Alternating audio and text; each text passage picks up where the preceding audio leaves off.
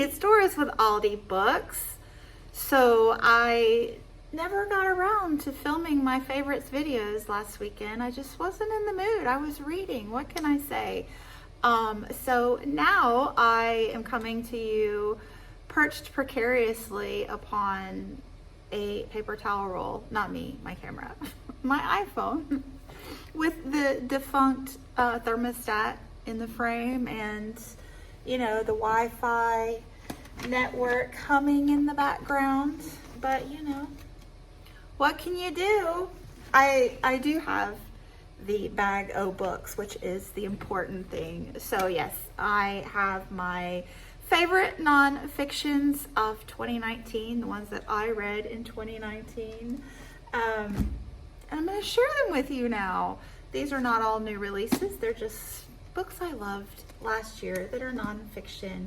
So they're not in any particular order other than the order in which I read them. So I don't have them ranked. I couldn't choose a favorite. They're all just lovely. Starting off with Michelle Obama's Becoming, which is perhaps the most lovely. Oh, I really enjoyed reading this memoir, and I just loved how she came across so real in her struggles and the constancy of those struggles, because there's always something new in life and a new becoming that you need to go through. And in this one, she talks about you know, becoming a mother and a politician's wife and a lawyer and, you know, a president's wife, and still maintaining her sense of self and what she wanted to do in that life. And I just really enjoyed that one. And then a quirky little, like, serendipitous find was Hitchhiking with Buddha by Will Ferguson. Every year, the last 3 years, in January, I have chosen a themed reading centered around, I guess, a political hotspot. So last year it was Japan and Korea. So this one just came up, Hitchhiking with Buddha by Will Ferguson. And this is somewhat of a travel memoir. Will Ferguson was teaching English as a foreign language in Japan, and kind of at the end of his time there, he decided to hitchhike from the southern tip of Japan to the northern tip of Japan. And these are just little stories along the way and his insights into the people and culture. And it's written from the perspective of a foreigner, obviously, but one who had fallen in love with the place and people. And I just really enjoyed this. Very fun read and insightful. And then another one from the same time frame, Showa, A History of Japan by Shigeru Mizuki. This is a manga, a graphic novel, but a real honest to goodness manga opening, the reverse from what we expect here in the US. And this is actually half memoir and half kind of like almost a history book of the time period. It's very even-handed. I have found that I really only like nonfiction graphic memoirs for the most part. I mean, I could be surprised, but that's what I tend to gravitate toward in graphic novels. So I'm always on the hunt for those if you have any to recommend. But this one just was really exceptional, very insightful, like I said, because it was a memoir and a history book, and so even-handed. Shigeru Mizuki is himself Japanese and was in the war. And this is a 4-part series from this Emperor Showa, going all the way to the mid-80s. Highly recommend if you're interested in Japan.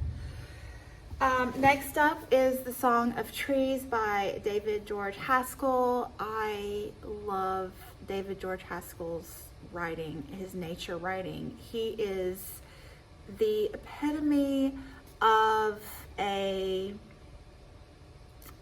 literary nonfiction nature writer. He's a rock star in my opinion. His pieces are so insightful, so emotionally resonant, and just so everything. If you love nature and you love literary fiction, these are essays, but just a step above, a step above.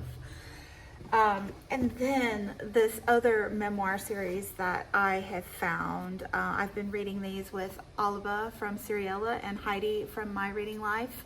They are the memoirs from Esmeralda Santiago. So When I Was Puerto Rican was the first. This is when she's very young, like elementary age, transitioning into her early teen years. She moves from Puerto Rico, initially in a little country setting in Puerto Rico, to the big city in Puerto Rico, and then all the way to New York. And it's just coming of age, plus the immigration experience, and plus life in Puerto Rico, and the writing is fabulous. Highly recommend. So this is the first one. And then I've also read Almost a Woman. This one is her teen, high school, and early young adult college years. And then there's The Turkish Lover that I have yet to read, that I'm looking forward to. And then this next one, I meant to look it up. I don't know for sure if it's considered nonfiction or fiction, but his other two books that I have on my shelf are considered nonfiction. So anyway, it doesn't matter. It's fabulous. This was my first Eduardo Galeano. This is Voices of Time, A Life in Stories, translated by Mark Fried Picador. I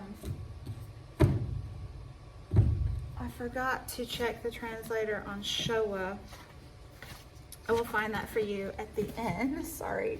But yeah, these are written in little tiny vignettes, and I just was mesmerized. I enjoyed every single moment of this. He's just so well read and so well traveled, and just his thought so much of life from, you know, every aspect. Like I said, travel, different continents and peoples, nature, politics, sports, love, life, happiness, sex. There's a bug on the windowsill. Later, friends. But I am just enraptured by Eduardo Galeano's writing, and fully intend to, well, I've already picked up two more, and I could see myself reading all of his works. I loved it that much. Next up is, this one's stuck in the bag because it's a hardcover chunkster. The bug went back outside. It's a little drafty in here, in case you were wondering how that went. Anyway, The Warmth of Other Suns, the epic story of America's Great Migration by Isabel Wilkerson. This is brilliantly set up. She has done so much research, like so much more beyond what is included in these pages, to select the 4 candidates. So this is just a look at the migration of Black Americans from the southern U.S. to the north and west during the civil rights struggle, before the civil rights struggle, in the 1915 all the way through 1917, but just the struggle of Black Americans to find a better life in this country by migrating to more accessible locations as far as work and living goes. So she follows, you know, it's just brilliant, the 4 that she selected, because she gets a variety of socioeconomic situations, male to female, and locations, like from the south to the north and west. And, you know, obviously my memory is horrific. We all know this. So I can't tell you all the locations specifically, but, you know, she goes from Alabama, Mississippi, I forget the other 2. I think one might have even been, yeah, one was in Florida. But then, you know, west to California, obviously, New York, Chicago, obviously. Just so dynamically written. It's a page turner for the most part. You just, you know, narrative nonfiction, you just keep turning the pages and getting immersed in these 4 stories, and, you know, how they don't come together, you know, with the people, because their timelines are staggered, their locations are different, but thematically it just comes together so well and says so much. And then one that I've talked about recently and really loved, this was a great book, The Great Influenza by John M. Barry, the story of the deadliest pandemic in history. So this is about the flu epidemic of, I believe, 1918. Yeah, the 1918 flu, sometimes also called the Spanish flu.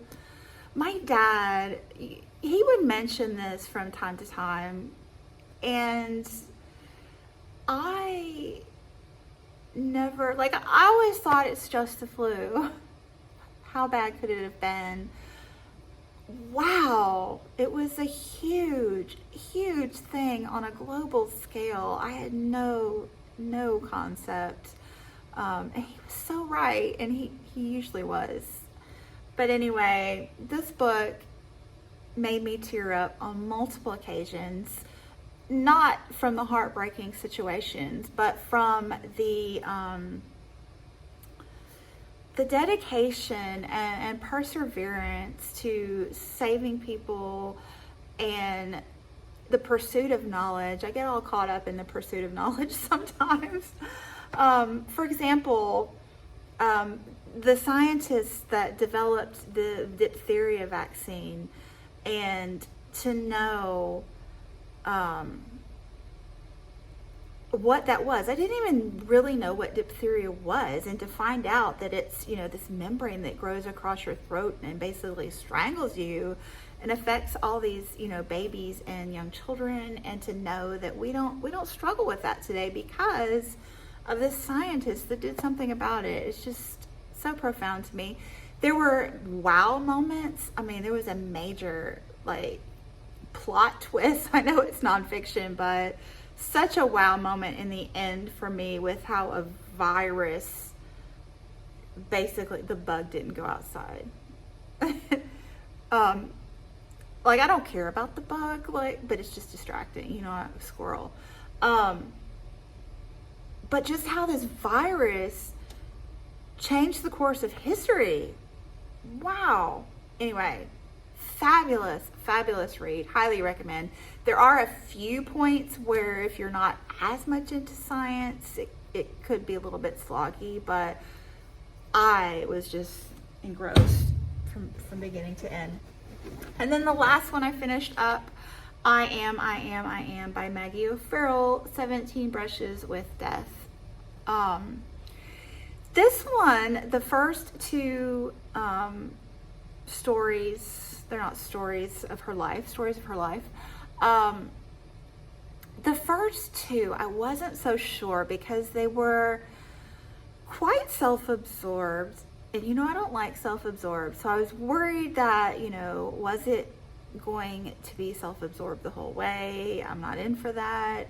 The thing, like, this writing it sings. She is a strong, lyrical, literary writer. Thematically, just rich book. But the thing that really, you know, took it up next level for me was the way she was so able to look at her own life and see her own development as a person, how she grew and matured in her thinking, and to be able to convey that growth to me as a reader. Like I said, I was like, dude, you're a little self-absorbed here at the beginning. And by the end, I could see how she'd matured and changed in her life over the years. And I just thought, that was really a brilliant writing strategy. So yeah, lots of great stuff about, you know, like I said, growing up, you know, having children of your own and how that changes you. But yeah, excellent. I enjoyed it so much. So I was going to show you the bug, but don't know where it went. We'll see. If I see him, I'll give you a clip and, you know, show you the Wi-Fi network back there in my room. It's just, you know, background noise for me, but quite a thing. Anyway, hopefully I will get my fiction favorites filmed for you tomorrow and get that up as well. But thanks so much for watching, and I'll be back soon. Bye. Where'd it go? Oh, I just saw it. Okay, the bug has evaded me, but there's the humming Wi-Fi network, and I remembered the translator. So Zach Davison, there you go. Guys, I'm precariously perched on the defunct radiator, but look, I found it. Haha. I wonder what that is. Lightning bug? I can't tell. Too far away. Let me in. There's a better angle. Look at that. You can see why I was distracted, right? Okay, I don't know where it went. I'm not afraid of it. I just don't want it falling on me while I'm perched precariously on the defunct radiator. Anyway, back to my lunch and Mel's Monday check-in on a Tuesday. So, yeah. Thanks again for watching. See you later.